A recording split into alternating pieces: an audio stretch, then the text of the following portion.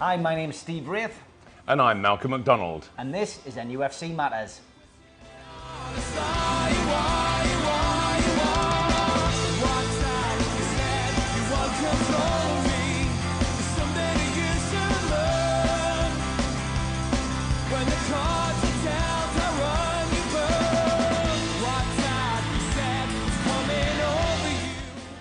Hi, welcome along to NUFC Matters. My name's Steve Wraith and welcome to the Dog and Parrot in the heart of Newcastle, where we do our pre-match talking, myself and Super Mac. Always a good crowd gets in, and we always have a lot to talk about with regards to Newcastle United. But great to have you back. Sorry we've had a couple of weeks off. I've had a trip abroad.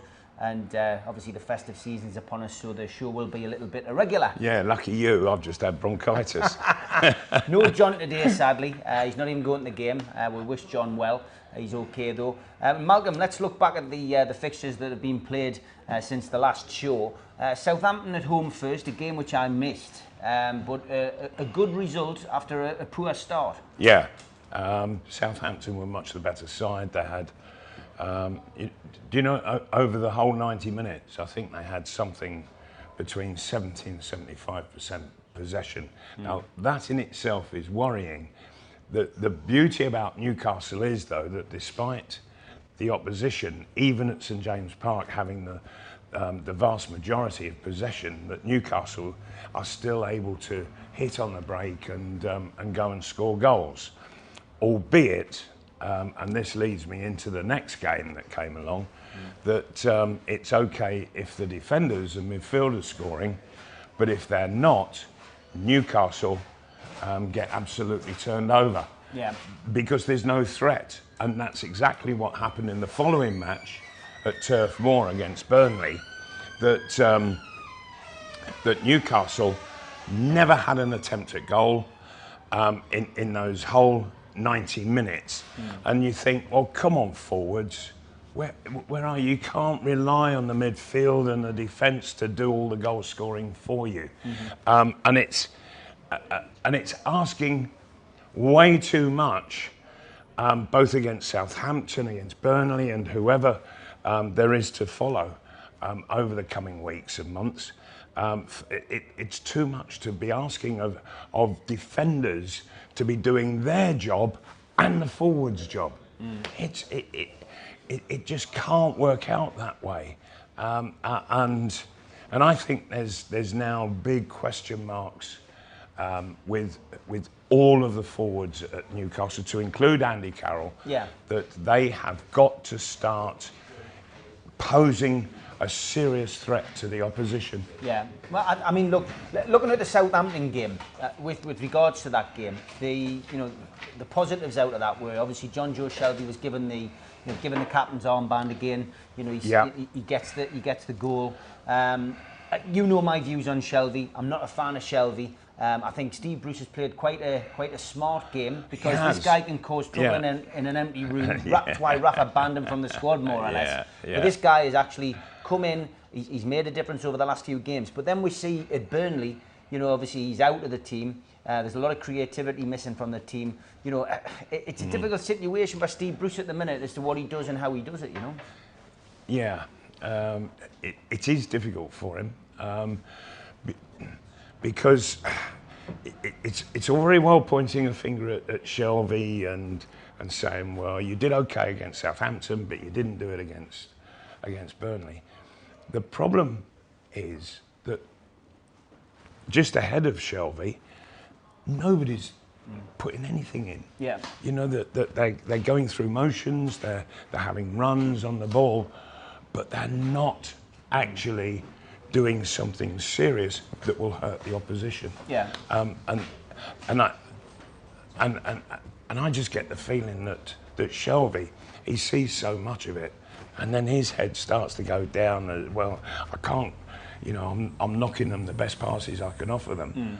And they're wasting them, they're not doing anything with them, and so on and so forth. And it all becomes a mental thing. And also, if there's no threat, as we saw at Turf Moor, no threat whatsoever, then the defence can start to struggle as well. And they've done excellently this season, particularly since they went to a back three. It's a typical Newcastle United performance, though. We go, we get a result against Southampton, and then we go to Burnley. Everyone's expecting a result. Burnley have been whopped 3 games in a row, yes, not they doing had. well. Newcastle go there, give an abject performance, and come away with nothing. Nothing at all, and their backside's well and truly thrashed. And so how are they going to react from there?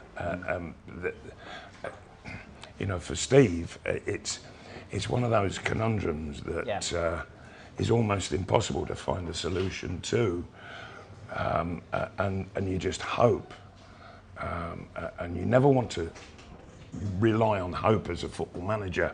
You want to be able to provide the solution that the team can carry out. But I would imagine that Steve, with regards to this afternoon, he's hoping that they turn it on. You've touched on the forwards. Obviously, Joe Linton carries the price tag, £40 million, 1 goal since he arrived. A lot of people were saying that if he was moved out to his favoured position, on the wing, that maybe would see the best of him. We didn't see the best of him last week, though. Is he beyond help? Is he really out of his depth? Is he going to be like John Dahl Thomason was all those years ago when, Ferdinand was sold, Shearer was injured, and John Dahl Thomason was expected to do a man's job in a boy's body but couldn't? Are we going to see something like that in the future with Joe Linton? Because for me, he doesn't look like a footballer. He just doesn't look like he's capable of scoring goals. And certainly doesn't look like a centre forward. No. And the problem is that time is now running on so much for him that the pressure is weighing so heavily on him all the time that rather than finding it uplifting, it's the opposite. And the pressure is really on, and so I think he's going out on the football field at the moment and he's scared. And that's always a really sad state to be in. I've seen it happen with players, and as a teammate, you're quite helpless. You can't find that solution when they're in such a state. And so I think perhaps the best thing is to leave him out. What I'd like to see is Andy Carroll in there. Now, the one thing that isn't happening is that there's been no service coming in. Andy Carroll, he will demand it. Where Joe Linton, he was a pacifist and he wouldn't get on to people at all. In fact, I didn't see any communication from him whatsoever. But Carroll is a different kettle of fish entirely, and he will be demanding from the players that are wide that service has got to come in. And if that's happening, then you'll see Shelby pushing up and looking to support, and maybe stuff that drops down to the edge of the box and he's coming in to finish it. That can work, but it's got to be everybody working together with equal effort, and that's what we haven't seen. There was a good article this week that I saw in the local press. Who should be given the number 9 shirt? Andy Carroll or Joe Linton? And for me, I personally don't feel either of them have the right to wear that shirt yet. You wore the shirt, you're a legend in the shirt, but Andy Carroll isn't, and neither is Joe Linton. So are they cheapening that shirt, do you think? I mean, I know in this day and age maybe they feel like that somebody should have it, but for me, I just think it's a shirt that should be given to somebody who's fit to wear it, and neither of those players are fit to wear that shirt. Certainly I think Joe Linton has made his situation impossible, if not untenable, at the moment with regards to that shirt. Andy Carroll, I think perhaps give him half a dozen games, if he can stay fit enough for them, that is, of course. give him half a dozen games and say, right, now, come on. Really go and give it a go. Spark some life into the guys who are out wide, and be it Almiron, Atsu, St Maximin, whoever. But spark some life into these people, get the service coming there, and then the support will be coming from the middle. And heavens above, when you've got a fella the size of Andy Carroll loitering in the penalty area, ready to make his run towards the edge of the 6-yard box, he's one of the biggest targets to hit with crosses. So he should make the game easy for wide men. FA Cup draw has been made. We had to wait a little while to see who we were going to play. Rochdale. Strike any fear into you? And is Steve Bruce being serious when he says he wants to give the fans a cup run? I hope he sticks to his word. I really do. I honestly just have never understood why managers, when they know come January they are not going to win the title, so you must look to go and win the next best competition.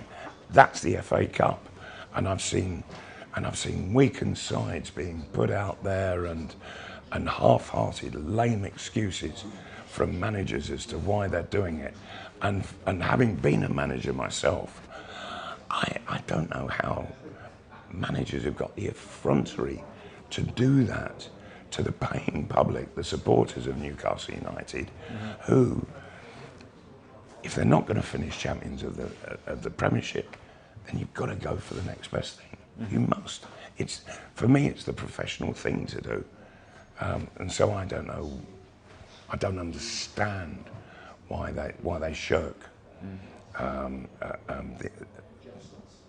the opportunity to do your very best in the cup matches, and to say, we're giving youngsters we're blooding youngsters. Not good enough excuse. It really isn't. Success is the first and foremost target that any football club should aim for, and that is winning stuff. Well, I've had a lack of creativity and goals in the team. Losing St Maxim just before the Christmas fixtures was a big blow. Certainly probably one of the brightest things so far about this season, mainly because the tax goes forward. He doesn't know what he's going to do, so nobody else is going to. But how big a blow is that for us going into the Christmas and January fixture? Well, certainly I think the crowd have seriously warmed to him. Yep. I think they love him. And I think he's finding his way. He's not your usual type of forward or winger or whatever. He's got some real abilities in him that are quite uniquely his. Yeah. And I think that he's just got to be encouraged to use them as much as possible. What they need to do is, and I think that with having just recently scored, that might have sparked something in his head, that it's the end result that matters. Yeah. And to get there, you have to make goals or score goals, or do both, which is grand. And I think he's getting there. Yeah. It's others that I've worried for in that department. Let's move on to something off the pitch. Half-season ticket sales. Yeah. Interesting idea. I'm not sure if there's any fans took it upon. Did any fans in here take that up? Did you take them up? Anybody around the corner? You did? Why did you take one up? Because it's free. Right. Because it's free. Why not? So a half-season ticket deal with Mike Ashley. It's never what it seems. So let's think about it mathematically. People at the start of the season who had already committed to the season and then cancelled their season tickets have probably paid for that. Yes. So those people will essentially have got a free ticket, but other fans will have paid for it. Mike Ashley certainly wouldn't have paid for it, I doubt very much. But interesting idea. Do you think it's the right idea? How many of these people? This guy here, there's one of the tickets has been taken up. but there may be a lot of these tickets being taken up by maybe the time for change guys and that kind of thing. Maybe these empty seats, you just don't know. But is it a good idea? Is it good PR? And were you surprised to hear Lee Charnley finally break his vow of silence? On the latter part, yes. Yeah. I certainly was, but it's a generous seasonal gift, isn't it? Really, to supporters. From the biggest Scrooge of all. Yes, you certainly could say that. And so, I think good for them that they are showing just that little bit of understanding of the supporters and why have empty seats? They look absolutely horrible, don't they? When you're used to an absolute full stadium bursting every game, and then all of a sudden there's swathes of empty seats, it comes as a bit of a shock. And I really truly believe that the players can look at that and go, oh, and it's a bit depressing, their heads go down with it. Yeah. And so fill those seats and it gives the players a boost on the park. So, yeah, for me, I think maybe he's got something right finally. Okay, well, that's interesting. Yeah, I never thought I'd hear you say that Mike Ashley'd got something right on the show, Malcolm. That's for certain. As I've already said, Christmas fixtures come thick and fast. We've got a busy time. After today's game against Crystal Palace, we have that Christmas season of Everton, Leicester, Man United, some big games and some big teams in there. Let's look firstly at today's game. Crystal Palace got a bit of an injury crisis going on at the back, haven't they? Which is good for us. We've got our own injury problems as well. Is it right that they're actually playing a reserve side at the back? More or less, yeah. Yeah. Virtually their entire back four has been wiped out with one thing or another. So, well, the good news for them is that they're playing against forwards who can't have a shot at Turf Moor. Yeah. So we'll just have to wait and see on that. You can talk about positivity and all sorts, but for me, it's an attitude of mind. Yeah. And I look at players out on the pitch, and their attitude is wrong. They've got to the stage where they are actually frightened to have a shot in case they miss. Yeah. And they're more than likely going to miss. Yeah. And so that tells me that they do not understand what the whole idea of goal scoring is about. The whole idea of goal scoring is that you have to miss. You have to miss before you can score. And you want as many chances to come your way as possible. You're going to miss some, and then all of a sudden you get a few goals. But the misses are continuous throughout your career as a goal scorer. And so I think these guys up here that they haven't realised it or they've forgotten it. With the younger players that are new into the club, that they've probably never realised it before, that they've never had it laid out to them like that. And so what they should be is every time they have a shooting opportunity and they take it and they miss, each time that it happens, they should get more and more and more confident that just around the corner is their next goal. Rather than miss, head down, miss again, head further down. And that's what I'm seeing from them. By missing, they should raise their confidence that the next goal is just around the corner. Okay, we'll come back to the prediction towards the end. Looking at these other games though, worst case scenario, we'll pick up nothing today after a defeat at Burnley last week. Then we've got these three fixtures against teams on the up. Everton's got a new manager, of course. Yeah. Man United is and away. And a hell of a manager as well. Not a happy hunting ground, Old Trafford for us. And of course Leicester, who are, they are flying at the minute. So they're still the best footballing side I've seen. Conceivably, those 22 points we've got in the bag, they're great, but you know, it could be a long, hard winter for Newcastle if Yes, we don't it get could. 3 points today. It certainly could, and Rochdale could come as a relief. That's for sure. Yeah, possibly. Or yeah. another Hereford. Or another, yeah, whoops, oh dear. I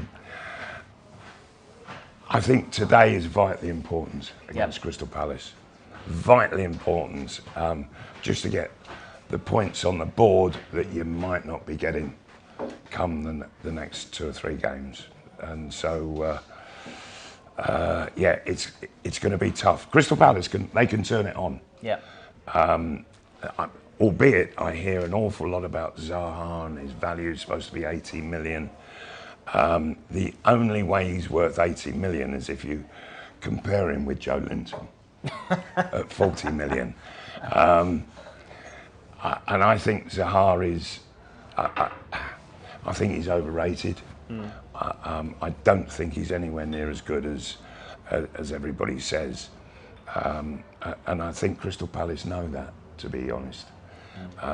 Which is why they're happy to have him in the side. And I don't think that 80 million is a realistic kind of fee for them. That they won't find any of the top sides, I think, happy to pay that kind of money. And so this afternoon with a pretty much a reserve back 4. If that doesn't put the confidence into Newcastle forwards to say, hey, come on, let's get out there and turn them over, then I don't know what it is that will turn them on.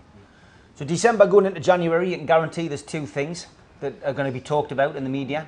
First and foremost, we've spoke about it 5 times this season so far, a takeover. What takeover? Yep, there's another takeover, Malcolm. Obviously don't believe it. No. Me neither. No. Yeah, we're not wasting any more time on that. Yeah. And then obviously transfers. Now the one interesting thing I picked out of Lee Charnley's interview on Radio Newcastle that Razor managed to get was they've done all their business in the summer. That was his line. We've done all our business in the summer. And unless something really, really, really intriguing and a value signing is available for them, then that's it. Their business is done. Can this side, or is this side capable of staying up? In your opinion? Yes. Yeah. I think it is. It's certainly capable of staying up. If we've got the full squad. Yeah. Okay. But whether they will or not is entirely up to them. Are they going to sort of find a Southampton performance, or is it good, or if there's too many Burnley performances, where they just don't turn up at all and there's no shots on goal, then you've got no chance at all. So I would like to see this afternoon, I would like to see a backlash from the Burnley performance. And if that happens, then I will be looking at 2020 with confidence. That's for sure. But if it's a similar performance to what we saw at Burnley, then it might be becoming too much of a habit. Half-term report for Steve Bruce from Malcolm MacDonald. He's amazed me, I have to say. Right. He's done far, far better than ever I thought he would. But he's a centre half, and I don't think he understands the problems that he has up front, and the problems are becoming quite deep with regards to goal scoring. You can't keep relying on defenders to keep getting forward 100 yards to finish off a chance, and he has got to find a way to get the forwards. It's not just them sticking the ball in the net, but it's about putting serious pressure on the opposing back 4. He's pinning them back, at the moment, they're not offering very much at all. And you're seeing the back four of the opposition flooding forward to assist everybody. And Newcastle finish up getting overrun by it. And it's because that there is a lack of threat, and that defenders, they feel confident to go forward and leaving gaps at the back. And so Newcastle have got to turn that situation around, and they've got to create a serious, constant threat to the opposition. So when you've carved your turkey in the McDonald household on Christmas Day and you pull that wishbone, what wishes have you got for Newcastle United in 2020? Yeah, stay up. Stay up. Stay up is the first one without any shadow of a doubt. I would like to see a magical fairy come along and wave a magic wand on the scouting division at St James Park so that it disappears for good, because they haven't got a clue what they're doing. They really haven't, and I scratch my head as to the business that they've done, as to whether as to what their motives were. I think I'll leave it at that before I get arrested or thrown out of St James Park later on.